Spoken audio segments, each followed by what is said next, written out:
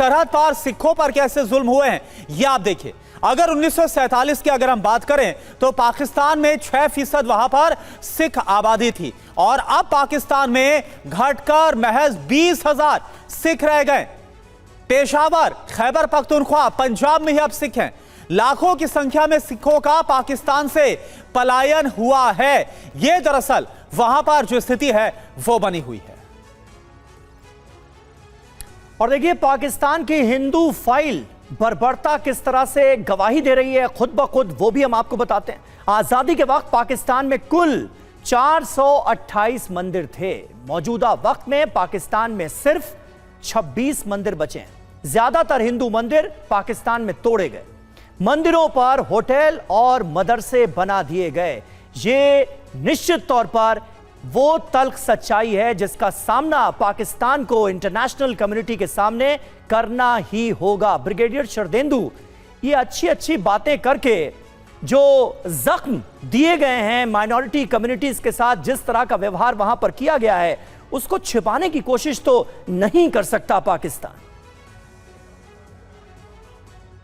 जो आंकड़े दिखा रहे हैं वो पाकिस्तान में किस तरीके की मानसिकता प्रिवेल कर रही है उसको दिखाते हैं। हाँ। जब आपके आसिफ अली जरदारी स्टेटमेंट देते हैं कि बर्दाश्त नहीं करेंगे और हम मुस्लिम हैं और उनको हिंदुओं को आज़ादी है, तो ये इसमें खुद ही विरोधाभास है। जब आप अपने स्टेटमेंट को खुद कंट्राडिक्ट करते हैं तो कहीं ना कहीं आपकी जो विजन है उसमें कन्फ्यूजन नज़र आता। और ये कन्फ्यूजन ये है कि आप एक हाई हेडेडनेस की तरह चीज़ों को हैंडल करते हैं, माइनॉरिटी की रक्षा नहीं करते हैं। और जिस तरीके से वहाँ पे दमन चला, चाहे वो सिंध हो, चाहे पंजाब हो, चाहे POJK हो, चाहे बलूचिस्तान हो, आप अपने नागरिकों को उनके अधिकार नहीं दे पा रहे हैं तो माइनॉरिटीज़ की कैसे रक्षा करेंगे। और आपके स्टेटमेंट आपको इसका असर देखना पड़ेगा। जब प्रेसिडेंट होकर आप इस तरीके की लैंग्वेज इस्तेमाल करते हैं कि बर्दाश्त, तो उसका असर आपके शहरों में, गलियों में, कस्बों में, मोहल्लों में क्या पड़ेगा ये देखना पड़ेगा। और ऐसे समय में जब आपके यहाँ तमाम फंडामेंटलिस्ट फोर्सेस काम कर रही हैं, टेररिस्ट ऑर्गेनाइजेशन है,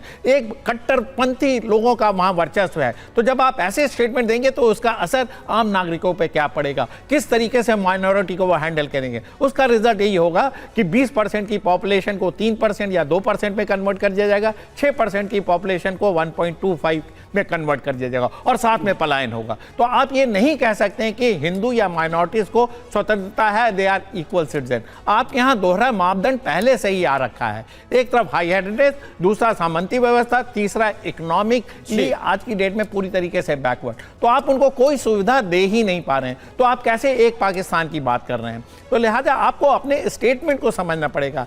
लाख आपके पत्रकार बराबरी के हिस्से की बात करें, माइनॉरिटीज के हक और हुकूक की बात करें, लेकिन उसका इम्पैक्ट ग्राउंड पे क्या हो रहा है, हमारे तमाम पॉलिटिकल लीडर को ये समझना पड़ेगा। आपको 10 बार सोचना पड़ेगा कोई स्टेटमेंट देने से पहले कि उसका इम्पैक्ट ग्राउंड पे क्या होने जा रहा है। और जब आप हिंदुस्तान की बात करते हैं तो हिंदुस्तान ने तो आंकड़े दिए हुए हैं, 25,000 शरणार्थी हमारे राजस्थान में ही है। बिल्कुल, और वो हमने दिखाया भी शरदेंदु सर। और ये कम से कम जिस तरह सज्जाद साहब भी हमारे साथ जुड़े हैं, जो वहां की असलियत बयां कर रहे हैं, मुझे लगता है कि वहां की सरकारों को भी और खुद राष्ट्रपति जरदारी को भी देखना चाहिए कि हालात क्या है और कमियां कहां पर हो रही है।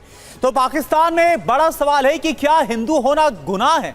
आपके सामने कुछ आंकड़े रखते हैं और ऐसा क्यों हम बोल रहे हैं। नंबर 1, हिंदू बच्चों के स्कूलों में दाखिला नहीं मिलता, यह हालात है। नंबर 2, हिंदू बच्चों को जबरन मदरसों में दाखिला दिलवाया जाता है। नंबर 3, स्कूलों में अल्पसंख्यक बच्चों के लिए कुरान पढ़ना भी जरूरी है, अनिवार्य है। और नंबर 4, पाठ्यक्रम भी हिंदू परंपरा के खिलाफ है। इसके अलावा हिंदू सिखों से जबरन जजिया टैक्स भी वसूला जाता है और इसके साथ साथ पाकिस्तान में हिंदू कर्मचारियों से भेदभाव किया जाता है। ऐसी घटनाएं भी सामने कई दफा आई हैं।